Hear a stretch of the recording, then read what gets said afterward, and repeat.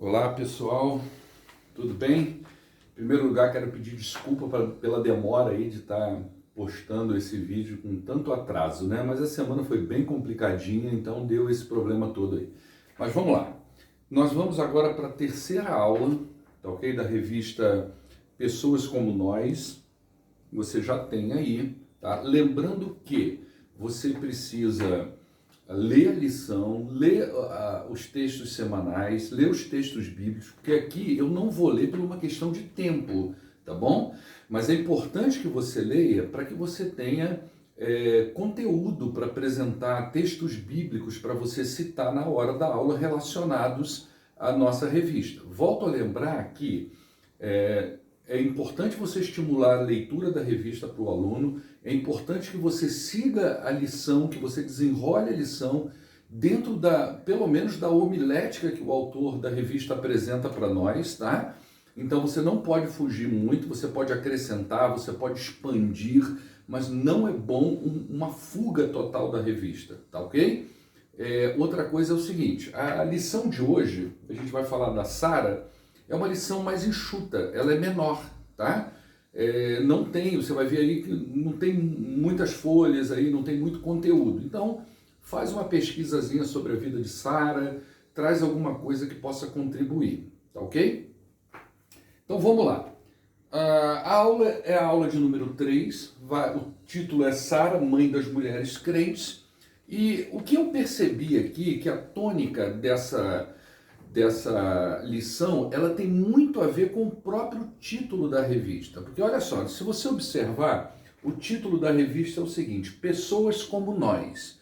O que o autor da revista quer dizer com esse título? Provavelmente ele está querendo levar a gente para a Bíblia, para olhar para os grandes heróis da fé, pessoas importantes na Bíblia, mas que essas pessoas têm as suas fragilidades, elas têm as suas vulnerabilidades. Por isso elas são pessoas como nós, tá ok? Então, a vida de Sara vai mostrar isso muito pra gente, né? Que Sara, a despeito de figurar na galeria da fé, que Sara, a despeito de ser considerada a mãe das mulheres crentes, ela também teve um momento de muita fragilidade na vida dela, tá ok? E assim como ela teve fragilidades na sua fé, vulnerabilidades na sua fé, nós também temos. E assim como ela superou isso, e assim como Deus a abençoou e a agraciou com essa fé que foi capaz dela dar a volta por cima e figurar na galeria da fé e ser citada por Pedro como exemplo para as mulheres,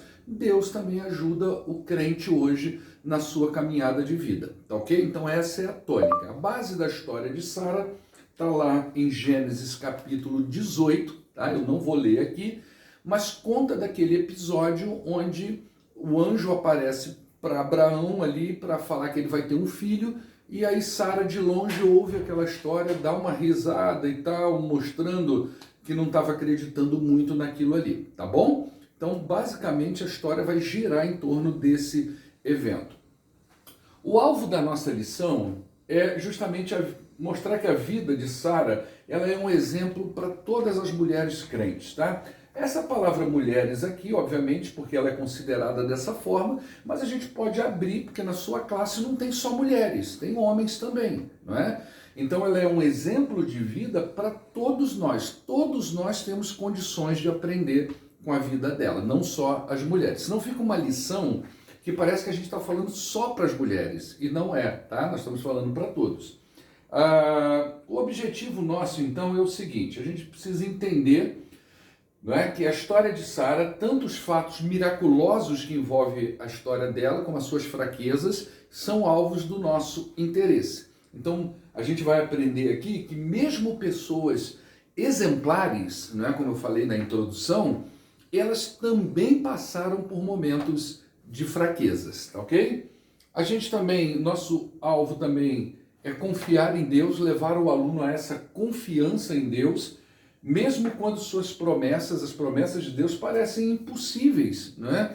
E a gente fica ali esperando e às vezes falta força, o crente já está abatido porque está na expectativa de que Deus vai ter algum tipo de ação sobre a vida dele, a família dele, mas isso está sendo protelado, está demorando, então ele vai ficando fraquinho. Então a ideia é a gente encorajar ele, tá bom? Então a gente precisa confiar nessa assistência de Deus. E também encorajar o crente a andar com Deus, a respeitar o cônjuge e amar a família. Esses ensinos também estarão presentes aí na vida de Sara, tá? Então tem essa questão da fé, tem essa questão da fraqueza e da resiliência espiritual dela, que a gente vai falar disso aqui, mas tem também essa parte, né, de andar com Deus, de amar a Deus e de amar a família também, tá bom? Então vamos lá. A gente já falou um pouco aqui da introdução, né? O destaque hoje será para o evento onde Deus promete a Abraão um filho, e a partir desse evento a gente vai ver como é que Deus usa pessoas como nós, como os nossos alunos, como os nossos familiares, tá ok? Sara viveu um dos maiores milagres da Bíblia e ela foi chamada então de mãe das mulheres crentes. Ela foi esposa também de um dos grandes patriarcas que foi Abraão, pai de Isaac, pai de Jacó, tá? Então vamos lá, vamos na lição aqui, né? A gente vai ver como que ela apresentou falhas, como todos nós. E o primeiro tópico da lição está entre os versos 10 e 16 do capítulo 18, vai falar da vulnerabilidade dela, não é? Então, o que o autor quer trazer para nós? Que a despeito dela figurar na galeria da fé, ela demonstrou essa fé vulnerável. Isso é interessante para nós, porque muita gente está na igreja, né? Os nossos alunos, eles estão ali, eles testemunham de fé, eles falam de fé, mas às vezes, quando passar por um momento como esse que Sara passou diante de uma impossibilidade, ele pode ter a mesma descrença dela, a mesma vulnerabilidade dela. Isso acontece com outros personagens bíblicos, como Pedro, por exemplo, que tanto afirmou que amava Jesus Cristo, mas na hora que, de fato, ele precisou demonstrar a sua fé, né, onde uma mulher olhou para ele e falou assim, olha, aquele dali não é um daqueles que andavam com esse homem aí? Ele fala como ele anda como ele. E Pedro falou, não, peraí, vocês estão me confundindo. Né? Então, nessa hora, o sujeito às vezes tem dificuldade, e é aí que vem a vulnerabilidade da sua fé. Né? Então, muitas vezes, a gente lida com situações adversas que vai requerer de nós uma fé inabalável. E muitas vezes isso não acontece, né? E a história de Sara, ela vai nos ensinar que a gente não pode enxergar o mundo apenas sob a nossa ótica. Entende isso? Isso é muito, vamos dizer assim, importante que o crente aprenda, porque normalmente nós olhamos as situações da vida baseada nas nossas forças e não a partir da ótica e da força de Deus. Então, para Sara, na idade avançada, e o seu marido com quase 100 anos de idade, a vinda de um filho sobre a ótica humana era uma impossibilidade, mas sobre a ótica de Deus, não, né? Então, ela demonstra uma fragilidade nessa situação. E a gente vai apresentar duas aqui, né? A primeira delas foi o riso, está no verso de número 13. Então, quando o anjo relata para Sara a vinda do filho, ela dá aquele risinho, não é? E o riso dela, a gente pode até inferir, vamos dizer assim, que foi um riso, ele foi uma reação quase que involuntária frente a uma situação que ela entendia ser impossível de acontecer. Você já deve ter vivido isso. Quantas pessoas, às vezes, estão desanimadas, depressivas, tristes, e você fala para ela, olha, vai acontecer uma coisa boa, tenha fé, não vai ser como você espera, olha, Deus vai abençoar você, e a pessoa às vezes dá aquele risinho no canto da boca, né, mostrando que não está confiando muito, não está acreditando muito naquilo que está sendo dito, né? Se a gente vê aqui em Gênesis 17, depois você confere lá, porque é importante isso aqui, você vai ver que Abraão, ele teve a mesma reação de Sara. Ele também deu o seu risinho lá no canto da boca quando foi anunciado para ele uma coisa que fugia das forças humanas, tá? Então, Sara recebeu essa notícia de ter um filho como algo impossível de acontecer. Mas a resposta do anjo mostrou que os planos não eram de Sara, eram planos de Deus. Gente, isso aqui é outra coisa muito importante, tá? E é aqui que talvez a gente tenha que dar um toque de realidade para os crentes, né? Não é que Deus vai sair por aí, toda vez que a gente demonstra uma incredulidade, Deus vem com um contraponto de algo acontecendo para que as coisas aconteçam na nossa vida. Você precisa entender aqui na história de Sara, que Sara estava dentro de um plano redentivo, tá certo?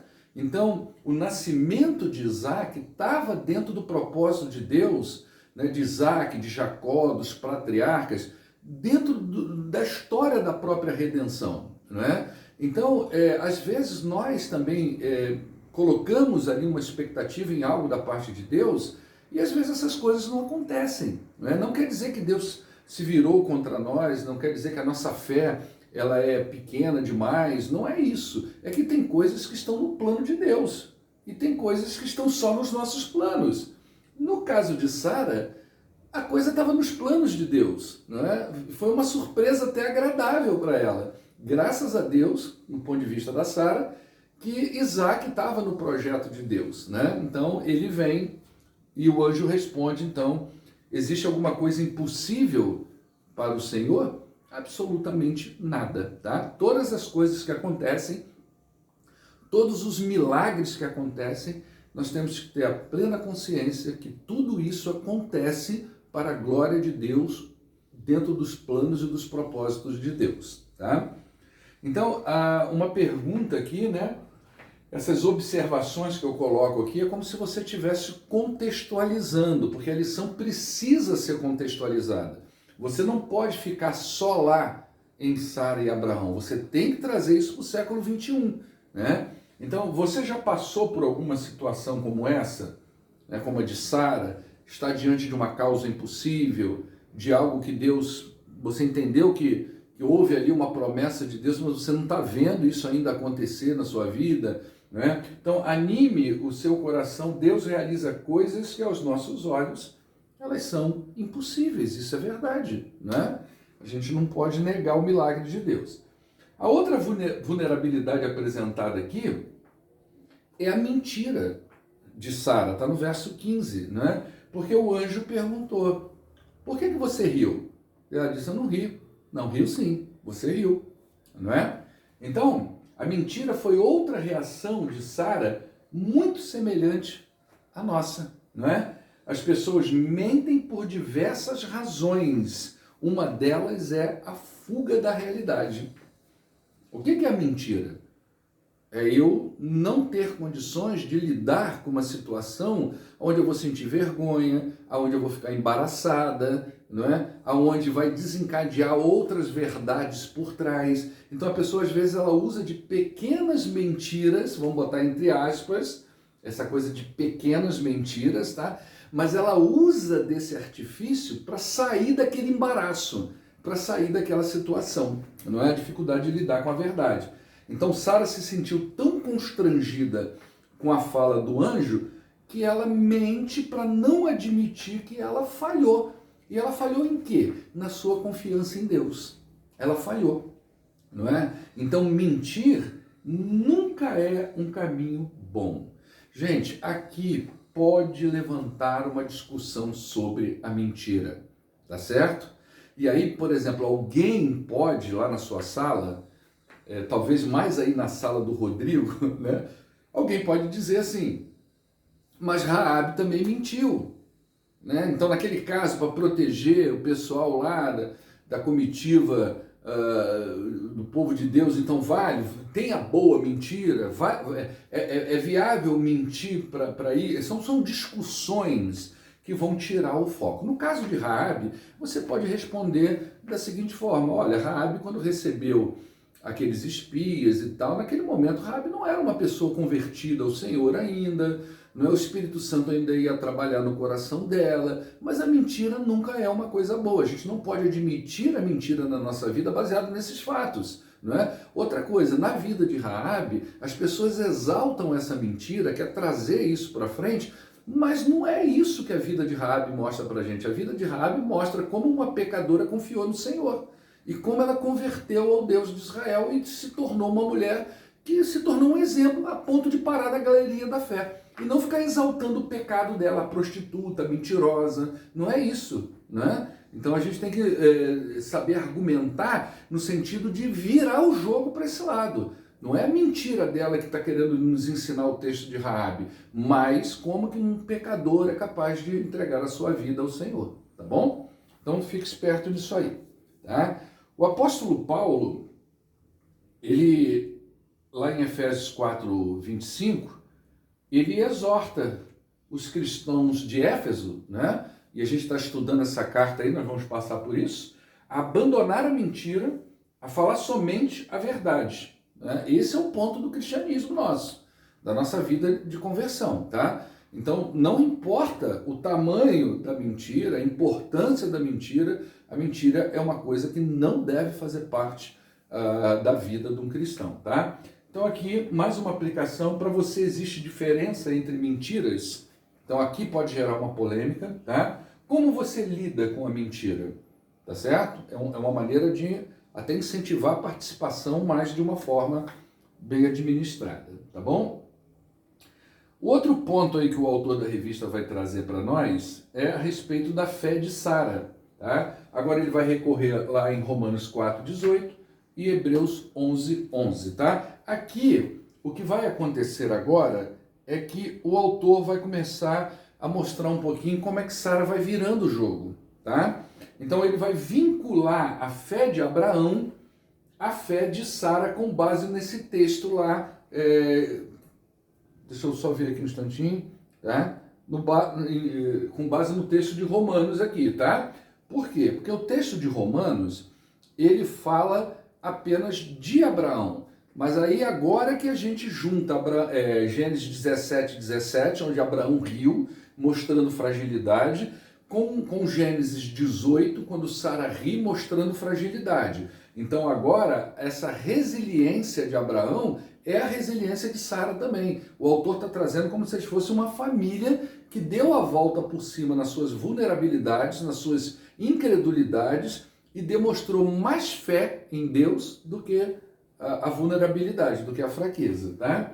Então vamos lá. Então a fé de Sara está atrelada de Abraão, que teve essa mesma descrença que Sara, lá em Gênesis 17:17.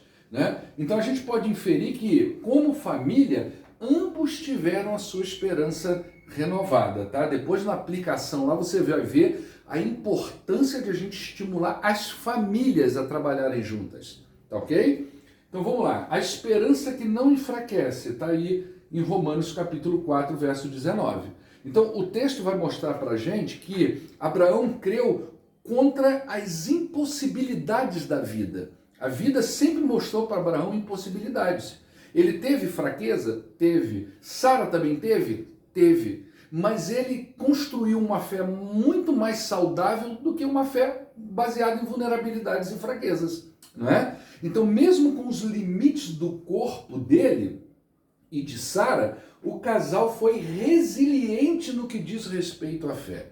Então houve primeiro o risinho no canto da boca, houve a descrença, houve a mentira, mas houve também a resiliência que a gente vai falar um pouquinho mais na frente, ok? Então o texto de Gênesis 18 não fala em que momento a fé deu lugar ao riso, não é? Mas nós podemos pensar que após a destruição de Sodoma e Gomorra, que é um pouquinho mais na frente, eles entenderam que o Senhor cumpriria a promessa da gravidez de Sara. Isso aqui é muito interessante, tá? Aliás, aqui eu acho que está um pouquinho fora do lugar. Não é em que momento a fé deu lugar ao riso, mas o riso deu lugar à fé, tá certo?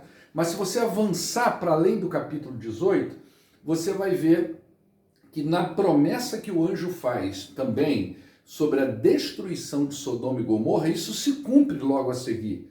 Então, ao ver essa destruição, provavelmente eles pensaram assim, poxa, eles prometeram que ia destruir Sodoma e Gomorra, e eles cumpriram. Ló ficou vivo, como eles falaram que ia ficar. Logo, a promessa do filho também deve ser verdade. Então, começa a estabelecer uma fé ali muito mais madura, tá? Então, aqui a gente tem um ponto muito interessante que é importante, essa é uma aplicação que você deve fazer também, a importância de ressaltar o valor da união familiar na diversidade, tá? Família que ora junto se edifica junto. Família que ora junto se fortalece junto. Então a vida é cheia de variáveis e o crente precisa trabalhar essa resiliência espiritual na sua família, tá? Tá aqui uma deixa muito importante para você estimular o crente lá, o seu aluno, a trabalhar com a família dele, tá certo? A gente sempre tem que ter um olhar nas aulas, gente, presta atenção. Nós não somos apenas, vamos dizer assim, um expositor de conteúdos. E os nossos alunos não são ali alunos como se eles fossem depositários. A gente deposita conteúdo na cabeça deles. Não, não é isso, tá bom? Nós passamos informações importantes, bíblicas, tá certo? E precisamos estimular esses alunos a pegar essas informações e estimulá-los, encorajá-los a praticar. E dentro da casa deles, da família deles, é um lugar fundamental para a prática disso, tá? Vamos para diante, então. Mais um exemplo aqui, onde a gente vai vendo que a família de Abraão e Sara vai mudando o seu foco, então é uma esperança que vai surgindo contra a impossibilidade. E é aqui que eu queria falar um pouquinho mais do conceito de resiliência, tá? Você já deve ter ouvido muito falar nessa palavra na televisão, ela está aí, são palavras do tipo empoderamento, resiliência, que são palavras que vêm sendo apresentadas aí ao público, que muita gente acaba repetindo para lá e para cá e às vezes não sabe bem o que é, né?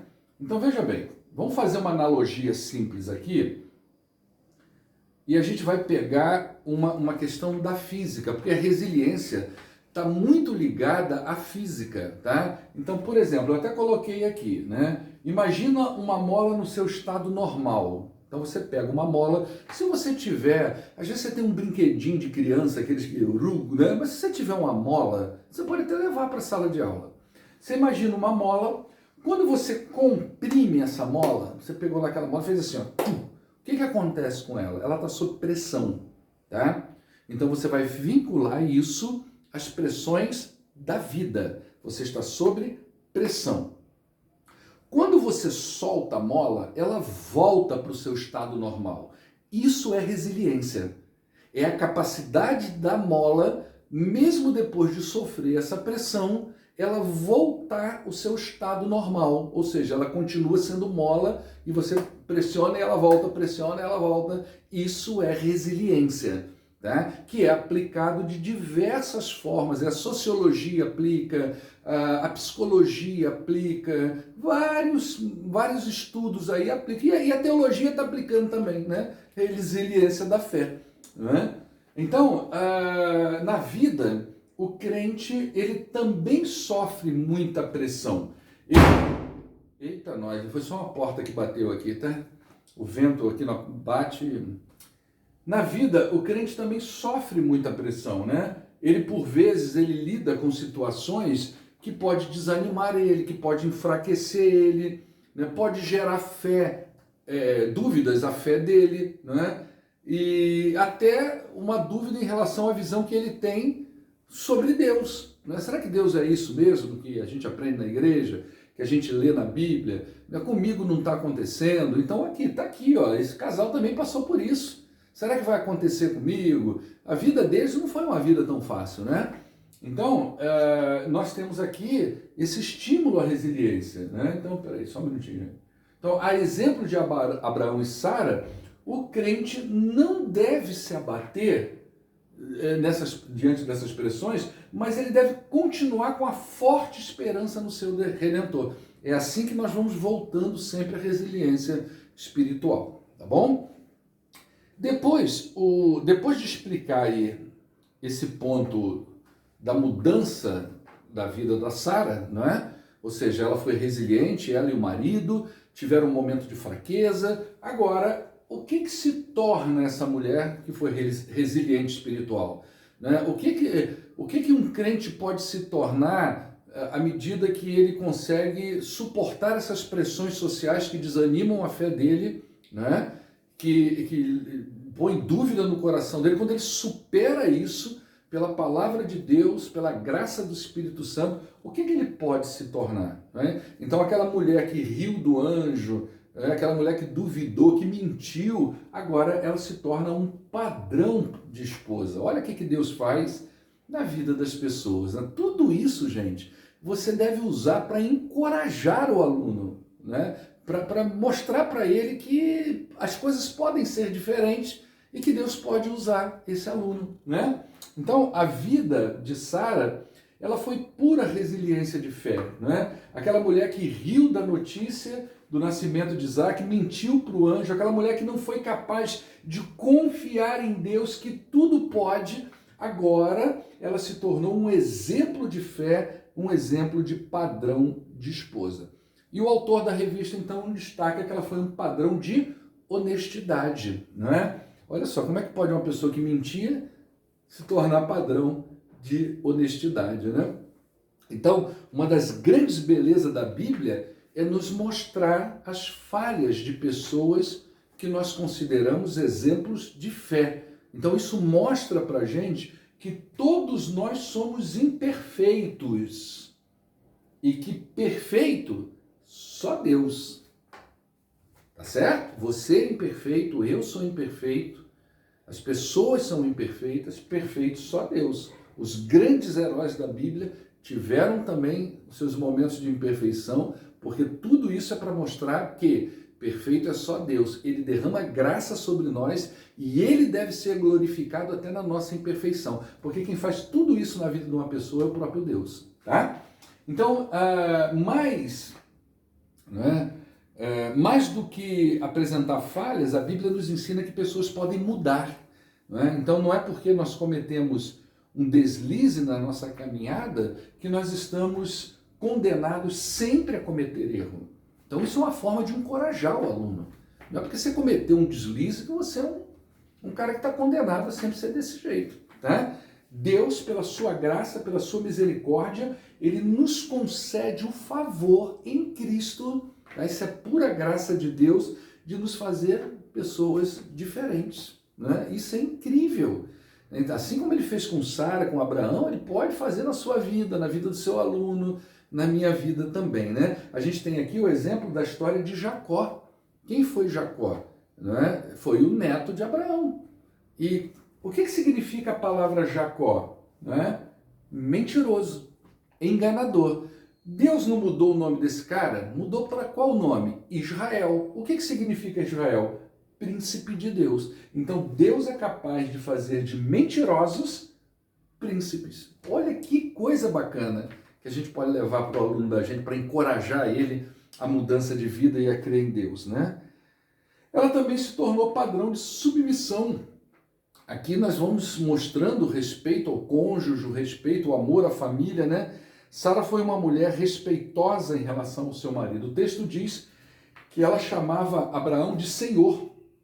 Né? Por que ela chamava Abraão de Senhor? Uma forma de mostrar respeito e submissão. Pode ter uma polêmica aqui, o que é submissão e tal, e você vai contornar isso, né? Vai falar que não é questão de tratar como tapete, como capaz, que os maridos também não devem ser, vamos dizer assim, mandões, ditadores, mas é uma relação respeitosa, onde a mulher confiando no Senhor, confia também no seu marido como o cabeça da família, como aquele que vai conduzir o lar, né? Porque biblicamente é isso que a Bíblia aponta, que o homem ele é o cabeça da família, a responsabilidade está sobre a vida dele, e a mulher precisa ajudar ele nessa missão que ele tem, e por aí vai. Você tem condições aí de contornar, caso haja isso. Você não precisa ampliar aqui, porque a lição não é sobre isso.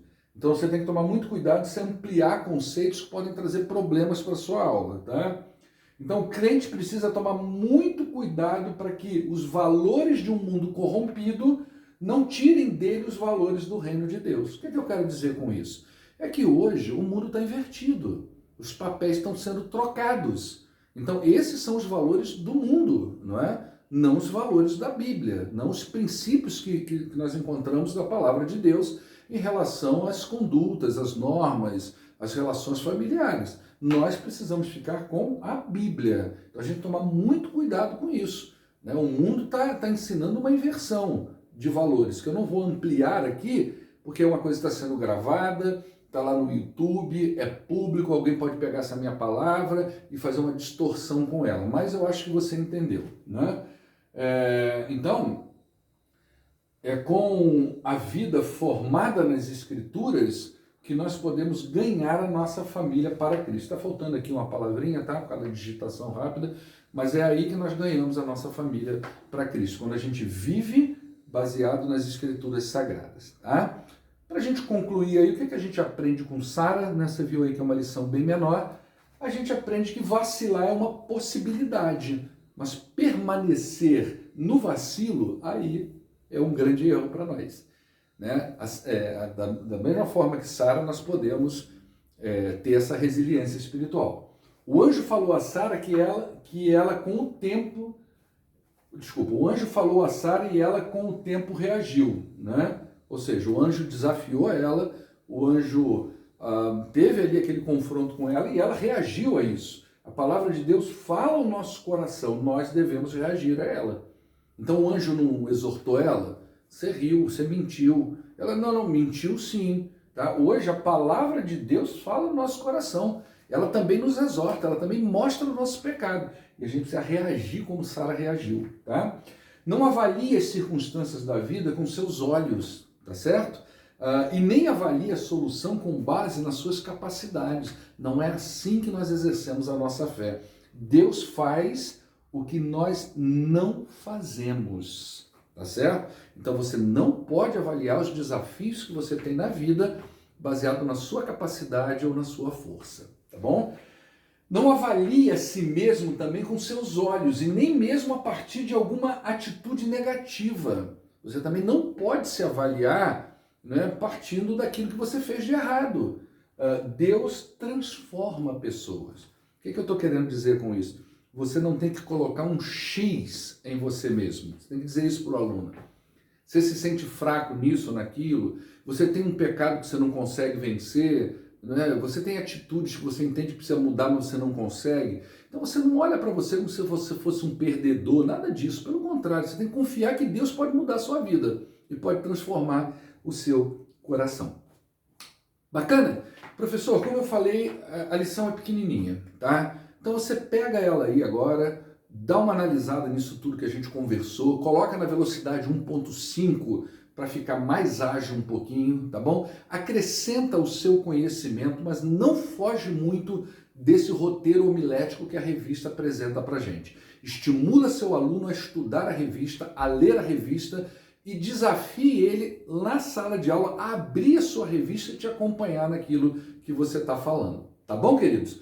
Deus abençoe vocês, um forte abraço. Hoje é segunda-feira, minha folga, e eu vou agora curtir o nível de 21 anos da minha filhota. Deus abençoe e um forte abraço.